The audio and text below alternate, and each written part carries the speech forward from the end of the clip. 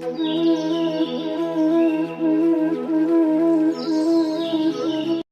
नमो भगवते वासुदेवाय। नमस्कार दोस्तों, आपका स्वागत है हमारे चैनल ग्रंथ दर्शन पर। दोस्तों, इस एपिसोड में हम श्रीमद् भगवद गीता के चतुर्थ अध्याय का अर्थ समझने का प्रयास करेंगे।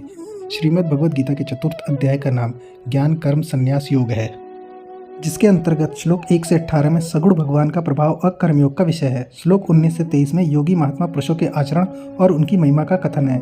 श्लोक 24 से 32 में फल सहित पृथक पृथक यज्ञों का कथन है तथा श्लोक 33 से 42 में ज्ञान की महिमा का कथन है। यदि आप श्रीमद् भगवद गीता के प्रथम, द्वितीय एवं तृतीय अध्याय के विषय में पूर्ण जानकारी चाहते हैं तो कृपया हमारे चैनल पर तीनों अध्याय अवश्य देखें, जिनका लिंक आपको वीडियो के डिस्क्रिप्शन में मिल जाएगा। यदि आपने अभी तक चैनल को सब्सक्राइब नहीं किया है तो कृपया चैनल को सब्सक्राइब अवश्य करें। अथ ध्यानम शांताकारम भुजगशयनम पद्मनाभम सुरेशम विश्वधारम गगन सदृशम मेघवर्णम शुभंगम लक्ष्मीकांतम कमलनयनम योगी ध्यानगम्यम वंदे विष्णु भवभयहरम सर्वलोकैकनाथम। जिनकी आकृति अतिशय शांत है, जो शेषनाग की सैया पर शयन किए हुए हैं, जिनकी नाभि में कमल है, जो देवताओं के भी ईश्वर और संपूर्ण जगत के आधार है, जो आकाश के सदृश सर्वत्र व्याप्त है, नील मेघ के समान जिनका वर्ण है, अतिशय सुंदर जिनके संपूर्ण अंग हैं, जो योगियों द्वारा ध्यान करके प्राप्त किए जाते हैं, जो संपूर्ण लोकों के स्वामी हैं, जो जन्म मरण रूप भय का नाश करने वाले हैं, ऐसे लक्ष्मीपति कमल नेत्र भगवान श्री विष्णु को मैं प्रणाम करता हूँ। अथ चतुर्थो अध्याय श्लोक 1 श्री भगवान वाच इमं विवस्वते योगम प्रोक्तवानहं व्ययम विवस्वान मनवे प्राह मनोरिक्षवाक वे अब्रवीत। श्री भगवान बोले, मैंने इस अविनाशी योग को सूर्य से कहा था। सूर्य ने अपने पुत्र वैवस्वत मनु से कहा और मनु ने अपने पुत्र राजा इक्ष्वाकु से कहा। श्लोक 2 एवं परंपरा प्राप्त मिमम राज ऋषियो विदुः स काले ने महता योगो नष्टः परंतप। हे परंतप अर्जुन, इस प्रकार परंपरा से प्राप्त इस योग को राज ऋषियों ने जाना, किंतु उसके बाद वह योग बहुत काल से इस पृथ्वी लोक में लुप्त प्राय हो गया। श्लोक 3 स एवायं मया ते अद्य योगः प्रोक्तः पुरातनः भक्तो असि मे सखा चेति रहस्यम ह्येतदुत्तमम्। तू मेरा भक्त और प्रिय सखा है, इसलिए वही यह पुरातन योग आज मैंने तुझको कहा है, क्योंकि यह बड़ा ही उत्तम रहस्य है, अर्थात गुप्त रखने योग्य विषय है। श्लोक 4 अर्जुन उवाच अपरम भवतो जन्म परम जन्म विवस्वतः कथमेत द्विजानियाम त्वमादो प्रोक्तवानिति। अर्जुन बोले, आपका जन्म तो अर्वाचीन अभी हाल का है और सूर्य का जन्म बहुत पुराना है, अर्थात कल्प के आदि में हो चुका था। तब मैं इस बात को कैसे समझूं कि आप ही ने कल्प के आदि में सूर्य से यह योग कहा था। श्लोक 5 श्री भगवान उवाच बहुनी में व्यतीतानि जन्मानि तव चार्जुन तान्यहम वेद सर्वाणि न त्वम वेद परंतप। श्री भगवान बोले, हे परंतप अर्जुन, मेरे और तेरे बहुत से जन्म हो चुके हैं, उन सबको तू नहीं जानता, किंतु मैं जानता हूँ। श्लोक 6 अजो अपि सन्न व्ययात्मा भूतानि मीश्वरो अपि सन्न प्रकृतिम स्वामधिष्ठाय संभवाम्यात्म मायया। मैं अजन्म और अविनाशी स्वरूप होते हुए भी तथा समस्त प्राणियों का ईश्वर होते हुए भी अपनी प्रकृति को अधीन करके अपनी योग माया से प्रकट होता हूँ। श्लोक 7 यदा यदा हि धर्मस्य ग्लानिर्भवति भारत अभ्युत्थानम धर्मस्य तदात्मानं सृजाम्यहम्। हे भारत, जब जब धर्म की हानि और अधर्म की वृद्धि होती है, तब तब ही मैं अपने रूप को रचता हूँ, अर्थात साकार रूप से लोगों के सम्मुख प्रकट होता हूँ। श्लोक 8 परित्राणाय साधूनां विनाशाय च दुष्कृतां धर्म संस्थापनार्थाय संभवामि युगे युगे। साधु पुरुषों का उद्धार करने के लिए, पाप कर्म करने वालों का विनाश करने के लिए और धर्म की अच्छी तरह से स्थापना करने के लिए मैं युग युग में प्रकट हुआ करता हूँ। श्लोक 9 जन्म कर्म च मे दिव्यमेवं यो वेत्ति तत्वतः त्यक्त्वा देहं पुनर्जन्म नेति मामेति सो अर्जुन। हे अर्जुन, मेरे जन्म और कर्म दिव्य अर्थात निर्मल और अलौकिक है। इस प्रकार जो मनुष्य तत्व से जान लेता है, वह शरीर को त्याग कर फिर जन्म को प्राप्त नहीं होता, किंतु मुझे ही प्राप्त होता है। श्लोक 10 वीतराग भय क्रोधा मनमया मामुपाश्रितः बहवो ज्ञान तपसा पूता मद भाव मागतः। पहले भी जिनके राग भय और क्रोध सर्वथा नष्ट हो गए थे और मुझमें अनन्य प्रेम पूर्वक स्थित रहते थे, ऐसे मेरे आश्रित रहने वाले बहुत से भक्त उपयुक्त ज्ञान रूप तप से पवित्र होकर मेरे स्वरूप को प्राप्त हो चुके हैं। श्लोक 11 ये यथा माम प्रपद्यन्ते तामस्तथे भजाम्यहम् मम वर्तमानुवर्तन्ते मनुष्यः पार्थ सर्वशः। हे अर्जुन, जो भक्त मुझे जिस प्रकार भजते हैं मैं भी उनको उसी प्रकार भजता हूँ, क्योंकि सभी मनुष्य सब प्रकार से मेरे ही मार्ग का अनुसरण करते हैं। श्लोक 12। कांक्षतः कर्मणां सिद्धिं यजन्त ई देवता क्षिप्रम ही मानुषे लोके सिद्धिर्भवति कर्मजा। इस मनुष्य लोक में कर्मों के फल को चाहने वाले लोग देवताओं का पूजन किया करते हैं, क्योंकि उनको कर्मों से उत्पन्न होने वाली सिद्धि शीघ्र ही मिल जाती है। श्लोक 13। चातुर्वर्ण्यं मया सृष्टं गुणकर्म विभागशः तस्य कर्तारमपि माम विद्य कर्तारम व्ययम्। ब्राह्मण, क्षत्रिय, वैश्य और शूद्र, इन 4 वर्णों का समूह गुण और कर्मों के विभाग पूर्वक मेरे द्वारा रचा गया है। इस प्रकार उस सृष्टि रचनादि कर्म का कर्ता होने पर भी मुझ अविनाशी परमेश्वर को तू वास्तव में अकर्ता ही जान। श्लोक 14। ना माम कर्माणि लिम्पन्ति ना मे कर्म फले स्पृहा इति माम यो अभिजानाति कर्मभिर्न स बध्यते। कर्मों के फल में मेरी स्पृहा नहीं है, इसलिए मुझे कर्म लिप्त नहीं करते। इस प्रकार जो मुझे तत्व से जान लेता है वह भी कर्मों से नहीं बंधता। श्लोक 15। एवं ज्ञात्वा कृतं कर्मे पूर्वेरपि मुमुक्षुभिः कुरु कर्मे तस्मात्त्वं पूर्वे पूर्वतरम कृतम्। पूर्व काल में मुमुक्षुओं ने भी इस प्रकार जानकर ही कर्म किए हैं, इसलिए तू भी पूर्वजों द्वारा सदा से किए जाने वाले कर्मों को ही कर। श्लोक 16। किम कर्मेति कव्यो अप्यत्र मोहितः तत्ते कर्म प्रवक्ष्यामि यज्ञ ज्ञात्वा मोक्ष्यसे अशुभात्। कर्म क्या है और अकर्म क्या है, इस प्रकार इसका निर्णय करने में बुद्धिमान पुरुष भी मोहित हो जाते हैं, इसलिए वह कर्म तत्व मैं तुझे भली भांति समझाकर कहूँगा, जिसे जानकर तू अशुभ से अर्थात कर्म बंधन से मुक्त हो जाएगा। श्लोक 17। कर्मणो ह्यपि बौद्धव्यम च विकर्मण अकर्मणश्च बौद्धव्यम गहना कर्मणो गति। कर्म का स्वरूप भी जानना चाहिए और अकर्म का स्वरूप भी जानना चाहिए तथा विकर्म का स्वरूप भी जानना चाहिए, क्योंकि कर्म की गति गहन है। श्लोक 18। कर्मण्य कर्म यः पश्येद कर्मणि च कर्म यः स बुद्धिमान मनुष्येषु स युक्तः कृत सन कर्म कृत।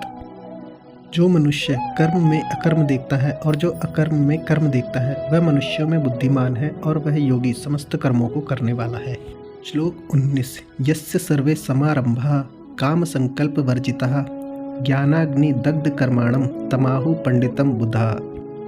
जिसके संपूर्ण शास्त्र सम्मत कर्म बिना कामना और संकल्प के होते हैं तथा जिसके समस्त कर्म ज्ञान रूप अग्नि के द्वारा भस्म हो गए हैं, उस महापुरुष को ज्ञानी जन भी पंडित कहते हैं। श्लोक 20। त्यक्त्वा कर्म फलासंगम नित्य तृप्तो निराश्रः कर्मण्य भी प्रवृत्तो अपि नेव किंचित करोति सः। जो पुरुष समस्त कर्मों में और उनके फल में आसक्ति का सर्वथा त्याग करके संसार के आश्रय से रहित हो गया है और परमात्मा में नित्य तृप्त है, वह कर्मों में भली भांति बरतता हुआ भी वास्तव में कुछ भी नहीं करता। श्लोक 21। निराशीर यत् चित्तात्मा त्यक्त सर्व परिग्रह शारीरम केवलम कर्म कुर्वन्नापनोति किल्बिषम। जिसके द्वारा अंतःकरण और इंद्रियों के सहित शरीर जीता हुआ है और जिसने समस्त भोगों की सामग्री का परित्याग कर दिया है, ऐसा आशा रहित पुरुष केवल शरीर संबंधी कर्म करता हुआ भी पापों को नहीं प्राप्त होता। श्लोक 22। यदृच्छा लाभ संतुष्टो द्वंद्वातीतो विमत्सरः समः सिद्धावसिद्धो च कृत्वापि न निबध्यते। जो बिना इच्छा के अपने आप प्राप्त हुए पदार्थ में सदा संतुष्ट रहता है, जिसमें ईर्ष्या का सर्वदा अभाव हो गया है, जो हर्ष शोक आदि द्वंद्वों से सर्वथा अतीत हो गया है, ऐसा सिद्धि और असिद्धि में सम रहने वाला कर्मयोगी कर्म करता हुआ भी उनसे नहीं बंधता। श्लोक 23। गत संगस्य मुक्तस्य ज्ञानावस्थित चेतसः यज्ञयाचरतः कर्म समग्रम प्रविल्यते। जिसकी आसक्ति सर्वथा नष्ट हो गई है, जो देहाभिमान और ममता से रहित हो गया है, जिसका चित्त निरंतर परमात्मा के ज्ञान में स्थित रहता है, ऐसा केवल यज्ञ संपादन के लिए कर्म करने वाले मनुष्य के संपूर्ण कर्म भली भांति विलीन हो जाते हैं। श्लोक 24। ब्रह्मार्पणम ब्रह्म हवीर ब्रह्माग्नो ब्रह्मणाहुतम ब्रह्मेव तेन गंतव्यम ब्रह्म कर्म समाधिना। जिस यज्ञ में अर्पण अथवा स्त्रुवा आदि भी ब्रह्म है और हवन किए जाने योग्य द्रव्य भी ब्रह्म है तथा ब्रह्म रूप कर्ता के द्वारा ब्रह्म रूप अग्नि में आहुति देना रूप क्रिया भी ब्रह्म है, उस ब्रह्म क्रम में स्थित रहने वाले योगी द्वारा प्राप्त किए जाने योग्य फल भी ब्रह्म ही है। श्लोक 25। देवमेवा परे यज्ञम योगिनः पर्युपासते ब्रह्माग्नाव परे यज्ञम यज्ञेनेवोपजुह्वति। दूसरे योगी जन देवताओं के पूजन रूप यज्ञ का ही भली भांति अनुष्ठान किया करते हैं और अन्य योगी जन पर ब्रह्म परमात्मा रूप अग्नि में अभेद दर्शन रूप यज्ञ के द्वारा ही आत्म रूप यज्ञ का हवन किया करते हैं। श्लोक 26। श्रोत्रादीनि इंद्रियान्य संयमाग्निषु जुह्वति शब्दादीन विषयान्य इंद्रियाग्निषु जुह्वति। अन्य योगी जन श्रोत्र आदि समस्त इंद्रियों को संयम रूप अग्नियों में हवन किया करते हैं और दूसरे योगी लोग शब्दादि समस्त विषयों को इंद्रिय रूप अग्नियों में हवन किया करते हैं।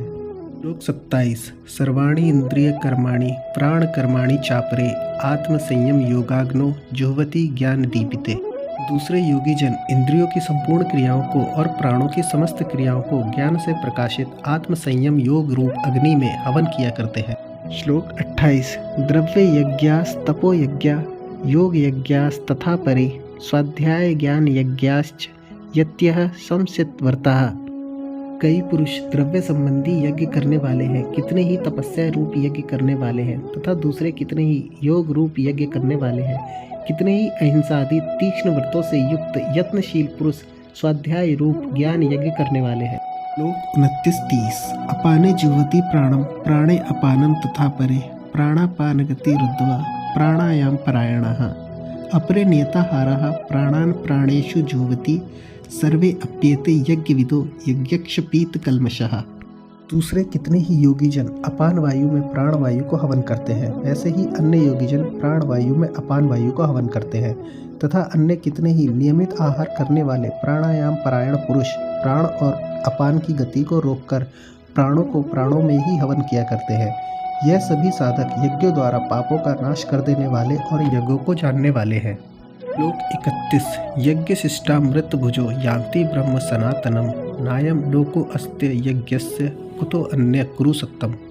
हे कुरुश्रेष्ठ अर्जुन, यज्ञ से बचे हुए अमृत का अनुभव करने वाले योगी जन सनातन पर ब्रह्म परमात्मा को प्राप्त होते हैं और यज्ञ न करने वाले पुरुष के लिए तो यह मनुष्य लोक भी सुखदायक नहीं है, फिर परलोक कैसे सुखदायक हो सकता है। श्लोक 32। एवं बहुविधा यज्ञा वितता ब्रह्मणो मुखे कर्मजान विद्धि तान सर्वानेवं ज्ञात्वा विमोक्ष्यसे। इसी प्रकार बहुत तरह के यज्ञ वेद की वाणी में विस्तार से कहे गए हैं, उन सबको तू मन इंद्रिय और शरीर की क्रिया द्वारा संपन्न होने वाले जान। इस प्रकार तत्व से जानकर उनके अनुष्ठान द्वारा तू कर्म बंधन से सर्वथा मुक्त हो जाएगा। श्लोक 33। श्रेयान द्रव्य मयाद्य ज्ञाज्य ज्ञान यज्ञः परंतप सर्वं कर्माखिलं पार्थ ज्ञाने परिसमाप्यते। हे परंतप अर्जुन, द्रव्य में यज्ञ की अपेक्षा ज्ञान यज्ञ अत्यंत श्रेष्ठ है तथा यावन मात्र संपूर्ण कर्म ज्ञान में समाप्त हो जाते हैं। श्लोक 34।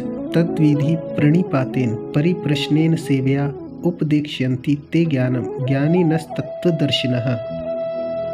उस ज्ञान को तू तत्वदर्शी ज्ञानियों के पास जाकर समझ, उनको भली भांति दंडवत प्रणाम करने से, उनकी सेवा करने से और कपट छोड़कर सरलता पूर्वक प्रश्न करने से वह परमात्मा तत्व को भली भांति जानने वाले ज्ञानी महात्मा तुझे उस तत्व ज्ञान का उपदेश करेंगे। श्लोक 35। यज्ञ ज्ञात्वा न पुनर्मोहमेवं यास्यसि पांडव येन भूतान्य शेषेण द्रक्ष्यस्यात्मन्यथो मयि। जिसको जानकर फिर तू इस प्रकार मोह को नहीं प्राप्त होगा तथा हे अर्जुन, जिस ज्ञान के द्वारा तू संपूर्ण भूतों को निशेष भाव से पहले अपने में और पीछे मुझ सच्चिदानंद घन परमात्मा में देखेगा।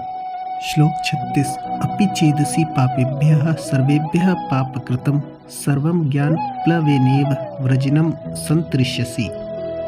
यदि तू अन्य सब पापियों से भी अधिक पाप करने वाला है तो भी तू ज्ञान रूप नौका द्वारा निसंदेह संपूर्ण पाप समुद्र से भली भांति तर जाएगा। श्लोक 37। यथे धामसि समिद्धो अग्निर्भस्मसात् कुरुते अर्जुन ज्ञानाग्निः सर्वकर्माणि भस्मसात् कुरुते तथा। क्योंकि हे अर्जुन, जैसे प्रज्वलित अग्नि ईंधनों को भस्ममय कर देता है, वैसे ही ज्ञान रूप अग्नि संपूर्ण कर्मों को भस्ममय कर देता है।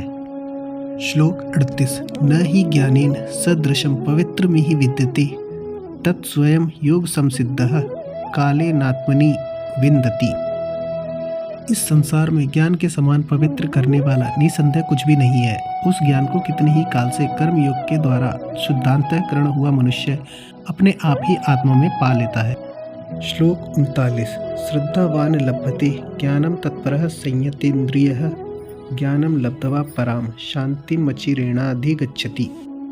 जितेंद्रिय, साधन परायण और श्रद्धावान मनुष्य ज्ञान को प्राप्त होता है तथा ज्ञान को प्राप्त होकर वह बिना विलंब के तत्काल ही भगवत प्राप्ति रूप परम शांति को प्राप्त हो जाता है। श्लोक 40। अज्ञश्च श्रद्धानश्च संशयात्मा विनश्यति, नायं लोको अस्ति न परो न सुखम संशयात्मनः।